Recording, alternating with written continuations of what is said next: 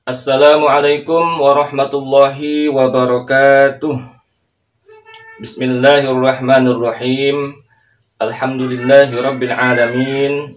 Wassalatu wassalamu ala ashrafil anbiya'i wal mursalin Sayyidina wa maulana Muhammadin wa ala alihi wa sahbihi ajmain, amma ba'du.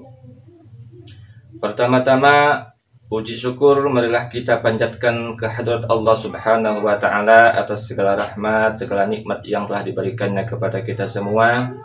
Tak lupa salawat dan salam semoga Allah curah limpahkan kepada junjungan kita, yakni Nabi besar Muhammad Sallallahu Alaihi Wasallam, kepada para keluarganya, para sahabatnya, umatnya sampai akhir zaman nanti. Amin ya rabbal alamin.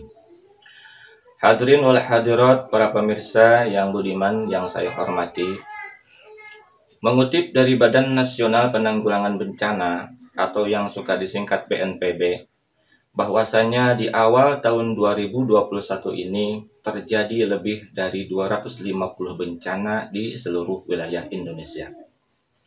Sebagian besar bencana merupakan bencana banjir dengan 134 kejadian, disusul tanah longsor sebanyak 31 kejadian, dan puting beliung sebanyak 24 kejadian.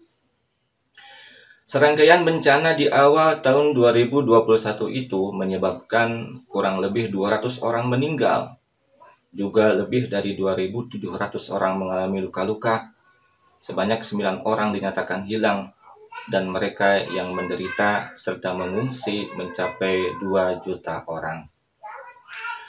Ma'asyiral muslimin rahimakumullah, sederet bencana yang menimpa rakyat Indonesia di awal tahun ini memunculkan sebuah pertanyaan. Apakah bencana itu ujian ataukah azab yang Allah timpakan kepada bangsa Indonesia ini? Hadirin rahimakumullah, bencana atau musibah ada kalanya ujian, ada kalanya juga merupakan azab yang disegerakan oleh Allah di dunia ini. Dari mana kita mengetahui bahwa sebuah bencana dan musibah adalah ujian ataukah azab? Nah, apabila musibah itu ditimpakan kepada orang-orang soleh yang taat kepada Allah Ta'ala, maka ia adalah ujian yang meninggikan derajat mereka dan bisa melipat gandakan pahala mereka nanti di akhirat. Musibah yang berupa ujian ini banyak sekali ditimpakan oleh Allah kepada orang-orang yang dikehendaki kebaikan pada dirinya, seperti para nabi, para wali, para ulama, tentunya para ulama yang mengamalkan ilmunya, dan orang-orang yang soleh lainnya. Rasulullah Shallallahu Alaihi Wasallam bersabda dalam sebuah hadisnya, "May yuridillahu bihi khairan, may yuridillahu bihi khairan yusib minhu."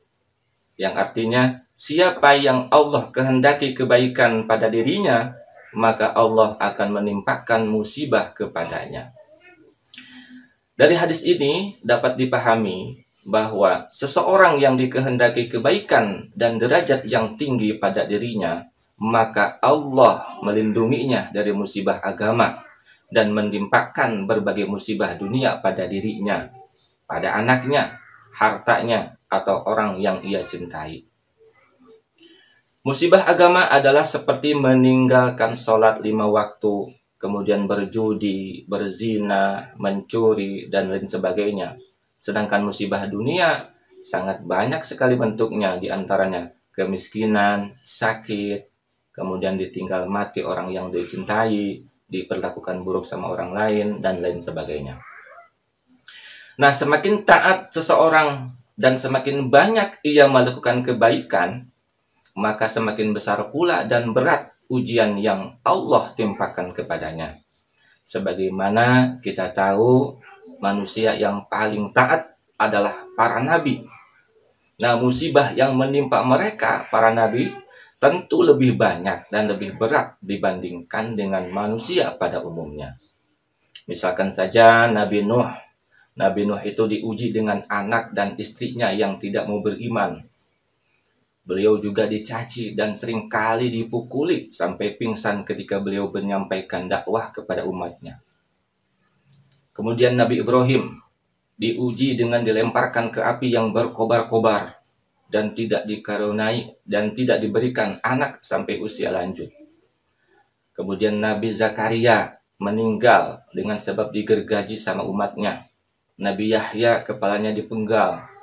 Banyak sekali nabi di kalangan Bani Israel yang mati dibunuh, sebagaimana disebutkan dalam surah Al-Baqarah ayat 87 ataupun surat Ali Imran ayat 181. Kemudian Nabi Ayub diuji oleh Allah dengan sakit selama 18 tahun. Coba bayangkan, 18 tahun sakit. Dan dimatikan seluruh anaknya dan dilenyapkan seluruh hartanya. Nabi Muhammad, Nabi tercinta, Nabi akhir zaman, Nabi kita semua, diuji dengan cacian dari kaumnya. Dijatuhkan kotoran ataupun jeruan unta pada kepala dan badannya beliau ketika beliau saat sujud. Dilempari batu sampai berdarah, ditinggal mati oleh istri tercintanya, ditinggal mati oleh putranya saat masih bayi. Kemudian beliau harus meninggalkan kampung halaman yang sangat beliau cintai, mengalami demam tinggi 2 kali lipat dari demam paling tinggi yang dialami manusia pada umumnya, dan lain sebagainya.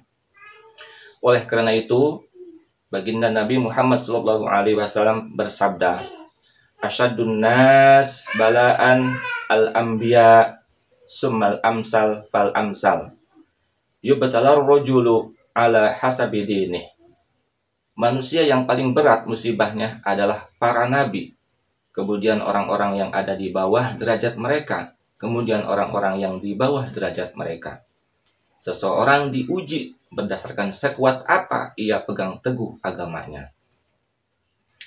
Kemudian Rasulullah SAW bersabda, "Inna izamil jaza ma'a izamil bala, wa inna allaha idza ahabba qauman ibtalahum, faman radiya falahu ridha, wa man sakhita falahu sukhtu."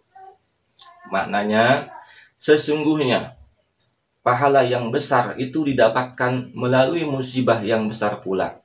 Apabila Allah Subhanahu wa Ta'ala mencintai suatu kaum, maka Allah akan menimpakan musibah kepada mereka.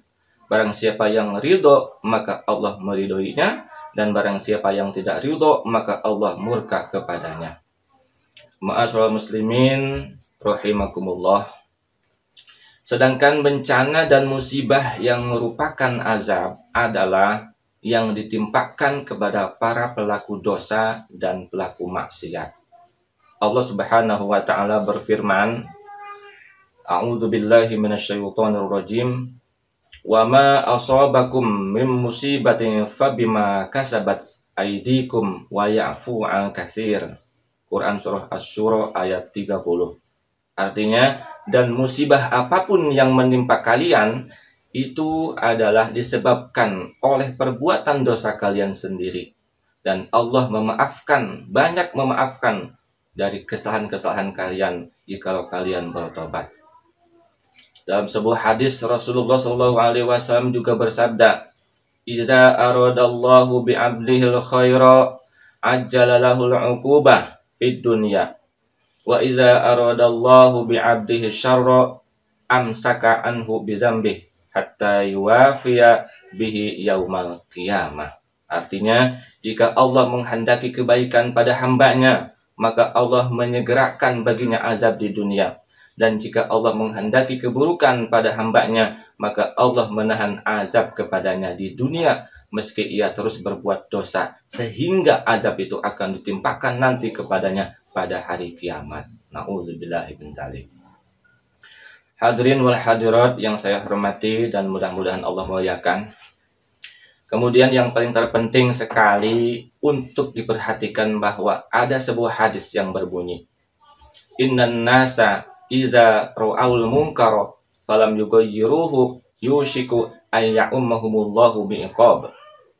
Artinya, sesungguhnya manusia apabila mengetahui kemungkaran lalu mereka tidak mau mengubahnya, maka hampir saja atau tunggulah saatnya Allah akan mengazab mereka seluruhnya.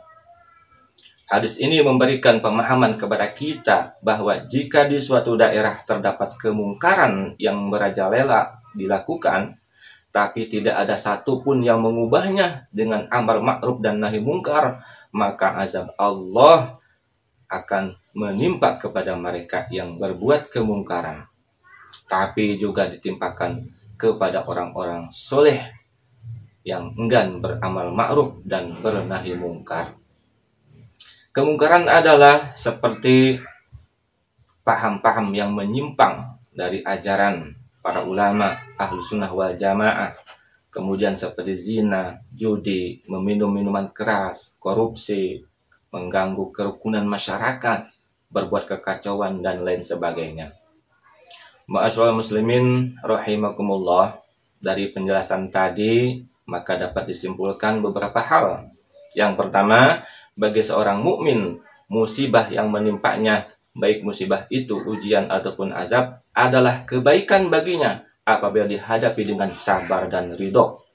Jika berupa ujian, maka musibah itu akan meninggikan derajatnya dan melipat gandakan pahalanya nanti di akhirat. Dan jika berupa azab, maka azab di dunia itu akan menggugurkan azab baginya nanti di akhirat. Dan hal itu lebih baik baginya, karena azab di akhirat jauh lebih berat daripada azab yang ada di dunia.